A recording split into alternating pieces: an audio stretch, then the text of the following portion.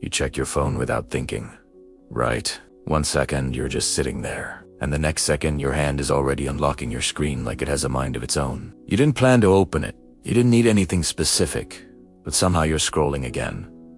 And the scary part is, you don't even notice when it starts or when it ends. This isn't just a habit.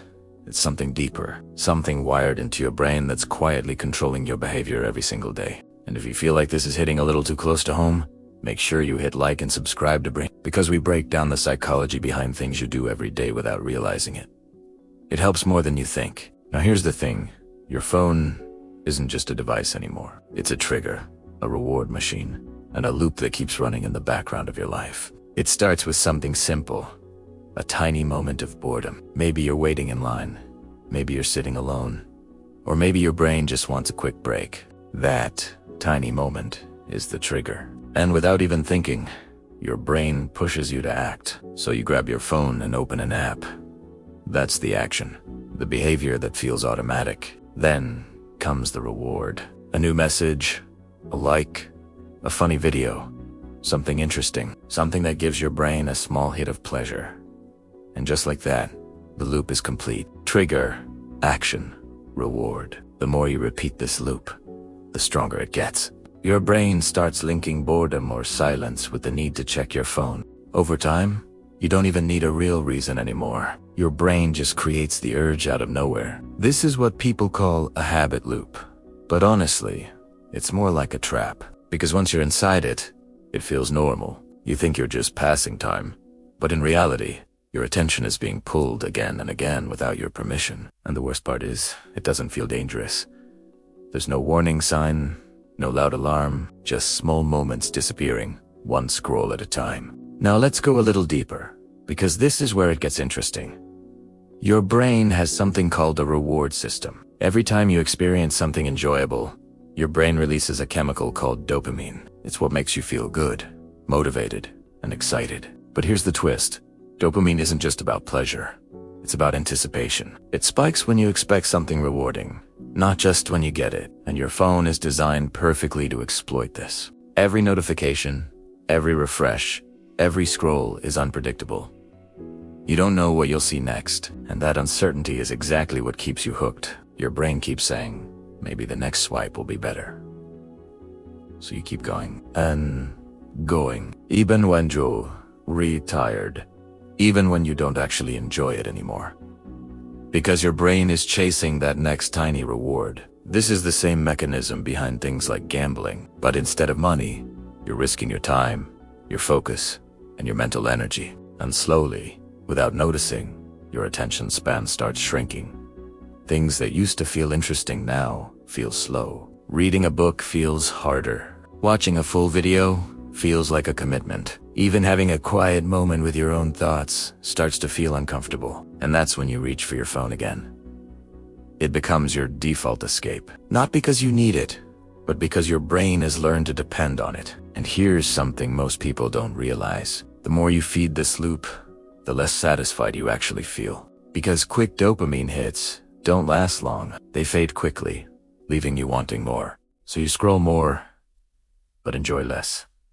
You check more, but feel less. And that's the cycle. That's the addiction most people don't even know they have. It's silent, it's normalized, and it's happening to millions of people every single day, including you, right now. But here's the good news.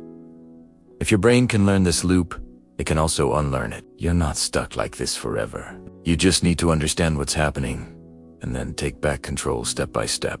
Because at the end of the day, your phone should be a tool, not something that controls your attention without you realizing it. And in the next part, we're going to talk about exactly how you can reset your brain, break this loop, and finally take your focus back. So now the question is, how do you actually reset this? Not in a complicated way, not by throwing your phone away, but in a way that actually works in real life. The first step is awareness, and I mean real awareness. Start noticing the exact moment your hand reaches for your phone. Don't stop yourself yet.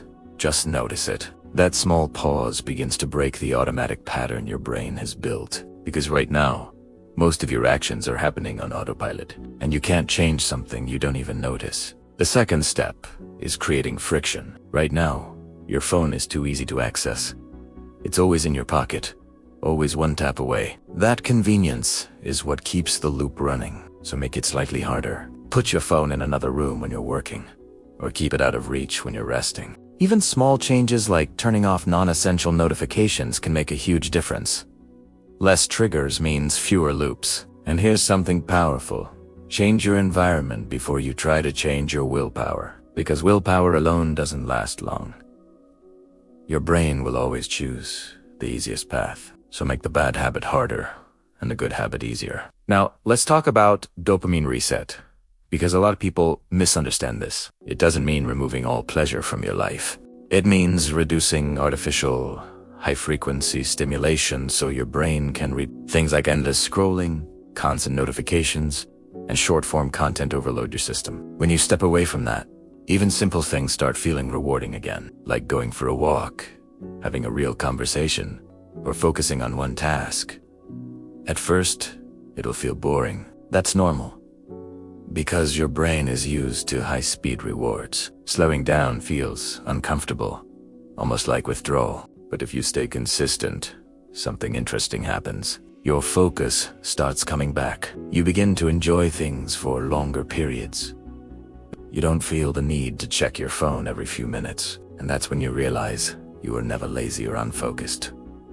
Your brain was just Another important step is replacing the habit, not just removing it. If you only try to stop using your phone, your brain will look for another escape. So, give it something better. When you feel the urge to check your phone, try a simple alternative. Take a deep breath, stretch your body, or just sit still for a moment. It sounds small, but it trains your brain to handle that urge differently. Over time, the urge itself becomes weaker, because you're no longer feeding it the same way. And let's be real, you don't need to be perfect. You don't need to completely disconnect from your phone. This isn't about quitting technology. It's about using it consciously instead of unconsciously. Even reducing your usage by a small amount can change how you feel throughout the day. More clarity, more control, more presence. And that's something most people are missing right now. They're physically present, but mentally somewhere else. Scrolling, refreshing, waiting for the next tiny hit of dopamine, missing the actual moment they're living in. But you don't have to stay in that cycle. You can step out of it. It starts with one decision, one small change, one moment of awareness, and then another. Because control isn't something you get instantly. It's something you will rebuild. So the next time you reach for your phone without thinking, just pause for a second. Ask yourself, do I really need this right now? That one question can slowly rewire your habits, and over time it gives you something more valuable than any notification. Your attention back. Your time back. And if this made you think differently about your habits, drop a comment below and tell me honestly. How many times do you check your phone in a day? Also share this video with someone who needs to hear this, because chances are they're stuck in the same loop and don't even realize it. And if you want more content like this, where we break down the hidden patterns controlling your mind, stay connected with, because once you start understanding your brain, you start taking your life back.